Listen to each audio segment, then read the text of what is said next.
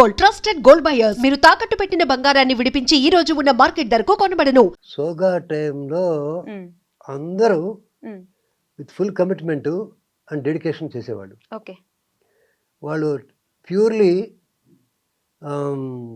Artistic అంటే కళాత్మకంగా ఉండేది. ఉమ్, వ్యూ అనేది ఆర్టిస్టిక్ వ్యూ ఉండేది ఎక్కువ. ఉమ్, ఇప్పుడు ఆర్టిస్టిక్ వ్యూతో పాటు కమర్షియల్ వ్యూ యాడ్ అయింది. ఓకే. ఒక్కోసారి ఎక్కువైంది కూడా. కమర్షియల్ వ్యూ డామినేట్ చేస్తుండటం వల్ల ఈ అంత ఆ, అంత డెడికేషన్ కుదరదు ఇప్పుడు. కుదరట్లేదు. కుదరదు. డిపెండెన్స్ ఎక్కువైపోయింది టెక్నాలజీ మీద. ఉమ్, అప్పుడు టెక్నాలజీ మీద డిపెండెన్స్ లేదు. ఓకే. ఇప్పుడు సోమనాథ్ గారు కానీ ఇంకెవరైనా యాక్టర్లు ఉంటే వాళ్ళు ఒక డైలాగ్ ఉంటే ఒకసారి గడగడ చెప్పాలి. ఉమ్, దాంట్లో 6 క్యారెక్టర్లు ఉంటాయి. 6లో ఒకరు బాగలేకపోయినా మళ్ళీ పోతుంది మళ్ళీ చెప్పాలి. ఉమ్, ఫిల్మ్ పోతుంది ప్లస్ మూడు పోతుంది అందరికి. అవును. దాన్ని తట్టుకొని కరెక్ట్గా అసలు అదే దైవం అనుకొని చేసేవాళ్ళు. ఉమ్, అట్లా చేసేవాళ్ళు. ఓకే. దాని అయితే మీదే ఉండేది. కొత్త వాళ్ళు తప్పు చేస్తే విసుక్కునేవాళ్ళు కాదు సోమనాథ్ గారు కూడా. ఉమ్, ఆయన కూడా స్టార్టింగ్ లో బాగా తడబడ్డారు ఒక కదా కొత్త ఫస్ట్ అమ్మాయి సినిమాలో. పాడారు. ఉమ్, భక్తశబరి ఆ తర్వాత పిక్చర్లో ఆయన కొంచెం తడబడ్డారు. ఒక అమ్మాయి బాగా చేయలేదు అనుకో, ఉమ్, ఏందమ్మా భయపడుతున్నావు, ఏంటి బాగా చేయనున్నా, ఉమ్, బాగా చేయి, ఎందుకు భయపడుతున్నావు, ఓకే. ఏమన్నా మేము మనుషులే కదా అందరం, ఏం తేడా ఉంది ఉమ్, అనేవాడైనా. ఓకే. ఎంకరేజ్ చేసేవారు. కొత్త ఆర్టిస్ట్ని అవమానించడం, ఉమ్, వాళ్ళని చేత కాదు, ఎక్కడ తీసుకొచ్చారంటాం, అది లేనే లేదు. ఓకే. వాళ్ళు కూడా మనలాగే కదా అని అనుకుని వాళ్ళని ఫుల్ ఎంకరేజ్ చేసేవారు. ఉహు, యాక్టర్లు ఎవరు కొత్త యాక్టర్లు తనతో చేస్తున్న వాళ్ళని ఉమ్, ఫుల్ ఎంకరేజ్మెంట్ బాగా జోష్తో ఉండేవారు. ఓకే. అది అట్లా ఉండేవారు. ఇప్పుడు అలా లేదు ఆ చలనచిత్ర ఇప్పుడు పరిశ్రమ. కొంచెం చెప్పాను కదా, ఉమ్, కమర్షియాలిటీ యాడ్ అయింది మాకు టోటల్గా. అంటే పిక్చర్ని హిట్ చేసుకునే విధానంలో కానీ ఉమ్, ఈ మేకింగ్లో కానీ టోటల్గా యాంగిల్ ఆఫ్ విజన్ మారిపోయింది. ఓకే. అప్పుడు టార్గెట్ అంటే లక్ష్యాలు తేడా వచ్చింది. ఉమ్, అప్పుడు లక్ష్యం వేరు. ఉమ్, అప్పుడు లక్ష్యం ఏంటంటే ఈ పిక్చరు సమాజానికి ఉపయోగపడాలి, ఉమ్, ఈ పిక్చరు జనం హృదయాలు నిలబడిపోవాలి, ఈ పిక్చర్ నిర్మాతకు డబ్బు రావాలి, దీంట్లో యాక్ట్ చేసిన అందరూ బాగుండాలి, ఉమ్, ప్రతి ఒక్కరూ దీనివల్ల బాగుపడాలి ఓకే. అనే లక్ష్యంతో చేసేవాళ్ళు. ఉమ్, 6 నెలలు డిస్కస్ చేసేవాళ్ళు కథ గురించి. ఉమ్, ప్రతి పాయింట్ డిస్కస్ చేసేవాడు. ఒక క్యారెక్టర్ మీరు ఒక క్యారెక్టర్ వేశారు, ఒక పంతులు కూతురు అనుకో మీరు, దాంట్లో అసలు ఆ అమ్మాయి ఇలా బిహేవ్ చేయొచ్చా చేయకూడదా, ఆ, టీచర్ పెంపకం కదా, ఉమ్, టీచర్ పెంపకంలో ఉన్నామా ఇలా మాడకూడదా, ఓకే. వాడు ఎలా తప్పు అలా ఉండకూడదు, ఇలా ఉండాలని అనేవాళ్ళు. ఉహు. మరి ఇప్పుడు అలా డిస్కస్ చేస్తున్నారు ఎవరన్నా? అలా అంతా లేదు. అప్పుడు 50 రోజులు 100 రోజులు పండగలాగా ఉమ్. జరుపుకునే వాళ్ళు ఒక్కొక్క సినిమా. 25 రోజులు కూడా చేసేవాడు. ఉమ్, 25 రోజులు కొంచెం చిన్న ప్రొడ్యూసులు చేసేవాడు. పెద్ద ప్రొడ్యూసర్ 100, 150, 175, 1 ఇయర్, ఉమ్, 2 ఇయర్స్. బా. ఏం పిక్చర్, విజయ పిక్చర్స్ నాగిరెడ్డి గారు చెప్పారు ఒకసారి, ఆ, అంటే ఆ టైంలో సంవత్సరానికి 10-11 సినిమాలు వస్తున్నా కూడా ఒక్కొక్క సినిమా 2 ఒక్క సంవత్సరాలు సినిమా నడిచేది. 2 ఏళ్ళు ఆడింది కదమ్మా. విజయ పిక్చర్స్ అన్నీ కూడా 2 ఏళ్ళు ఆడినాయి, ఉమ్, 2 ఉమ్, ఇయర్స్. నాగిరెడ్డి గారు చెప్పారు. ఉమ్, కొన్నాళ్ళు పోయిన తర్వాత సంయుక్త 7వ వారం, సంయుక్త 3వ వారం అని వేస్తున్నారు మీరు. ఉమ్, ఉమ్, మా విజయ పిక్చర్స్ అన్నీ కూడా సంయుక్త 6వ సంవత్సరం కూడా ఉన్నాయి కొన్ని. ఓకే. అప్పుడు ఏదో థియేటర్లో ఆడుతూనే ఉన్నాయి ఉమ్, అని వేసుకోవాలి కదా మేము అని 6వ కూడా అడిగాం. సంవత్సరం. ఉమ్. అప్పట్లో 100 అసలు సంవత్సరానికి 13-14 ఫిలిం సినిమాలు ఒక మేకింగ్లో హీరో నుంచే వచ్చేవి కదా. అవునవును. తర్వాత బాబు గారు ఫిలిం మేకింగ్ పట్ల రాలే ఉమ్, ఆయన ఎప్పుడు కూడా, అసలు ఆ వైపుకే ఆ రాలేదు వైపు కదా. రాలేదు. ఉమ్, దానికి కూడా ఆయన చాలాసార్లు చెప్పారు, సమాధానం చెప్పారు. ఏంటంటే నాకు తెలియదు, నాకు అటు అంటే ఫిల్మ్ మేనేజ్మెంటు అప్పుడు ఎలా ఇంతమందిని కోఆర్డినేట్ చేయడం కానీ ఉమ్, అది నాకు ఓవర్ బర్డన్గా నేను ఫీల్ అవుతాను. ఓకే. అది పైగా నాకు నమ్మకం లేదు ఉమ్, ఆ వ్యాపారం మీద. ఉమ్, ఉమ్, అందువల్ల నేను చేయను, నాకు ఆ వ్యాపారం రాదు చేయడానికి, ఓకే. నాకు వచ్చింది నేను చేసుకుంటా. అందుకని నేను చేయనని చెప్పేవారు. ఉమ్, ఈ అట్లా రింగ్ కూడా ఆయనకి ఉండేది. అనుకోకుండా వచ్చింది అక్కడి నుంచి. అది కంటిన్యూ చేశారు. ఉమ్, ఒక చోట ఒక మేకప్ మెన్ ఒక పిక్చర్కి కాలం మారింది.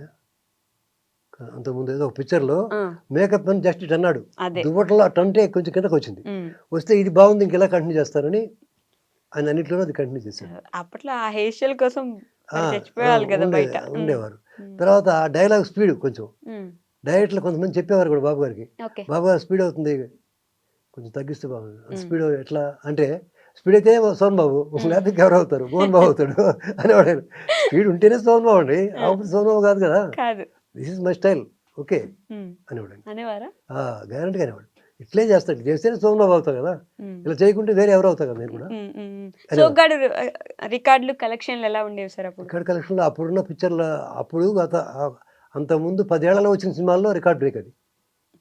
ఓకే. దానికన్నా ముందు ఈ 75 వచ్చింది ఉమ్, కదా, ఉమ్, 60 నుంచి 75 మధ్య వచ్చిన అన్ని సినిమాల్లో అది రికార్డ్ రికార్డ్ బ్రేక్. బ్రేక్. అంత పేరు వచ్చింది. అంటే అమౌంట్ వచ్చినా కూడా ఉమ్, అంతకుముందు తీసిన సినిమాల్లో అమౌంట్ వచ్చినా కానీ ఆ కాలానికి వచ్చిన డబ్బులు అది లెక్కేసుకుంటే దీనికి ఎక్కువ వచ్చాయి. ఉమ్, ఉమ్, వ్యూవర్షిప్ కానీ డబ్బు అమౌంట్ కానీ దీనికి ఎక్కువ వచ్చింది అనమాట. ఓకే. రావడం వల్ల సురేష్ సంస్థ నిలబడిపోయింది ఉమ్, హాయిగా. అప్పటి నుంచే దానికి అందుకే స్టాండర్డ్. వాళ్ళకి ఇప్పుడు కూడా సోగ్గాడ్ అంటే ఒక అట్లా రెస్పెక్ట్ ఉంటుంది. డెఫినెట్గా ఆ కంపెనీ నిలబెట్టింది అనమాట సోగ్గాడ్ పిక్చర్. ఉమ్, అలాగే సోమబాబు గారు కూడా ఉమ్, చాలా సినిమాలు చేశారు, వాళ్ళకి చేశారు, మాకు డివిఎస్లో కూడా చేశారు. ఉమ్, మా గురుగారితో కాంబినేషన్లో అవార్డులు వచ్చినాయి. అవును. కాలం మారింది అవార్డు, నేషనల్ అవార్డు వచ్చింది, ఉమ్, జీవన్జ్యోతికి అవార్డు వచ్చింది, చిన్నారి స్నేహితులకి అవార్డు వచ్చింది, నందులు వచ్చినాయి, అన్నీ వచ్చినాయి అవార్డులు మా దగ్గర, మా డివిఎస్ సంస్థలో వచ్చినాయి. ఉమ్, సో సోమబాబు గారికి అన్నిట్లోనూ ఆయన అనుకున్నది సాధించారు. ఓకే. ఖచ్చితంగా ఆయన ఏమనుకున్నారో అది సాధించారు. ఉమ్, కానీ చివరి రోజుల్లో బాగా మదన పడ్డారు ఇక శోభన్ బాబు గారు. అది అంటే ఆయన ఆ, ఆ మదపడాల్సిన అవసరం కూడా ఆయనకి ఏం కరువు లేదు. లేదు ఆయన కానీ ఫైనాన్షియలీ సౌండ్, ఉమ్, బాగున్నారు ఆయన, ఎస్. ఫైనాన్షియల్గా బాగున్నారు, పేరు ప్రఖ్యాతులు బాగున్నాయి, ఉమ్, అన్నీ బాగున్నాయి, ఫ్యామిలీస్ని బాగా చూసుకున్నాడు, కుటుంబంతో ఏ ఆయనకి ఇబ్బంది ఏం చేశాడు, కుటుంబానికి ఎప్పుడు అన్యాయం చేయలేదు, కుటుంబాన్ని ఎప్పుడు కూడా బాగా ఫస్ట్ ప్రిపరేషన్ వాళ్ళకే ఇచ్చాడు. ఫ్యామిలీ అవును. ఎందుకంటే కుటుంబం 6 గంటలకు వెళ్ళిపోవాలండి మా ఇంటికి, నేను చేయను షూటింగ్ అని చెప్పారంటే ఫ్యామిలీ కోసమే ఉమ్, ఉమ్, కదా. అవును. ఫ్యామిలీ టైం నాకు సపరేట్ నైట్ ఉండాలి అని కుదరదు అది, అవి నేను చేయనండి, కంపల్సరీ ప్రొడ్యూసర్ లాస్ అంటే చేస్తా 1 day or 2 days, ఉమ్, ఉమ్, అంతేగాని మీకు 6 తర్వాత నేను పెట్టద్దు నా షూటింగ్ అని చెప్పేవారు ఆయన. చెప్పేవారు. ఉమ్. ఫ్యామిలీకి ఇది ఇచ్చేవాళ్ళు కానీ చేసేవారు. ఇంక చివరి రోజుల్లో ఆ. బయటకు కనిపించలేక తిరగలేక అది బయట కేవలం నన్ను అది అసలు గుర్తు అది పెట్టుకుంటారా లేదా జనం. ఫిజికల్ ఫామ్, ఉమ్, ఆ బాధ అంతా అయింది, రూపం డిఫామ్ అయిపోయింది, ఫేస్ అంతా కొంచెం కొంచెం అది రకంగా వచ్చింది కదా. ఆయనకి ఎలాంటి హ్యాబిట్స్ కూడా లేవు. లేవు. ఉమ్, చివరికి వచ్చేప్పటికి ఆయన ఇవన్నీ లోపలికి పోయి కళ్ళు అట్లా అదే, వచ్చినాయి అదే, పాపం. అదే. అవి ఆయన ఫేస్లో చూసుకుంటే ఆయనకి బాధ కలిగేదంట. ఒకసారి చెప్పాడు కూడా అది, ఉమ్, ఎవరో ఒక ఆయనతోటి, ఓకే. ఆ సుభాష్ థియేటర్ రన్ చేస్తున్నారు వాళ్ళ బంధువులు ఎవరో, ఉమ్, ఆయనతో చెప్పాట, నా ఫేస్ నేనే చూడలేకపోతున్నా, బా. వీడి సోమన్ బాబేనా, వీడి సోమన్ బాబేనా అనిపిస్తుంది నాకు అని అన్నారు. ఉమ్. అది. చాలా ఇదైపోయారు ఆయన చూసుకొని, అదొక్కటే ఆయనకు ఉన్న బాధ అంతా. అంతే, ఫార్మేషన్ పోతుంది కదా ఆటోమేటిక్గా. ఆటోమేటిక్ గా తప్పదు. కానీ ఆయన స్మోకింగ్ కానీ డ్రింకింగ్ కానీ ఏమి లేవు, మెయింటైన్ చేశారు బాగానే, అదే. చేసినా కానీ వయసు కెనాట్ స్టాప్, ఏజ్ కదా 71 years ఆయనకి లాస్ట్.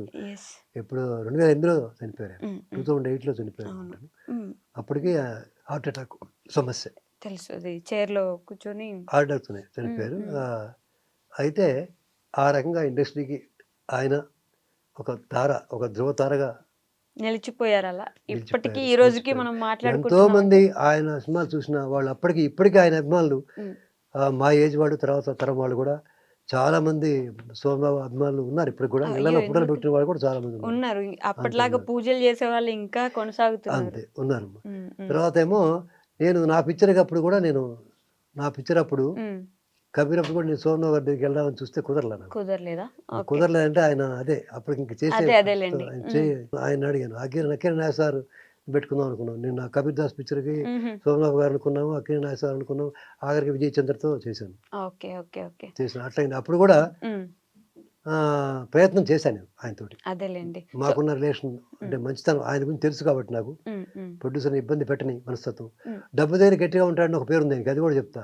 డబ్బు దగ్గర సోమనాథ్ చాలా స్ట్రిక్ట్గా స్ట్రిక్ట్ ఉంటారని గా ఉంటారు. ఒక పేరుంది. అవును. స్ట్రిక్ట్గా ఉండకపోతే ఆయనకి ఎవరు డబ్బులు ఇవ్వరు. ఉమ్, ఆయన పని కరెక్ట్గా చేస్తున్నాడు కదా, మీకు అవును. చేస్తున్న మీరు డబ్బులు ఇవ్వడానికి ఏమి, ఉమ్, ఉమ్, ఉమ్, ఆయన డబ్బులు మీరు కరెక్ట్గా ఉండి నేను కరెక్ట్గా పని చేస్తాను అని చెప్పేవారు. ఆయన డబ్బులు ఎగేయడం ఏం నచ్చడానికి, ఆయన కూడా ఎగేయడు ఎవరికి, ఉమ్, ఆయన ఎవరికి ఎగేయరు. ఉమ్. ఇంకో డబ్బులు ఆయన ఎగేసేవాడు అంటే దగ్గర- మోసంగా ఫీల్ అవుతారు ఆయన. ఓకే. చెప్పాలి ముందే ఆయనతోటి, బాబు గారు నాకు చిన్న ఇబ్బంది వస్తుంది, ఈ సినిమాలో చివరిలో ఒక 20,000 ఆపుతాను మీకు ఉమ్, అంటే ఏమనేవాడు కాదు. ఓకే. ముందు చెప్పాలి. చెప్పకుండా గనక వాళ్ళు ఇవ్వకపోతే చివరి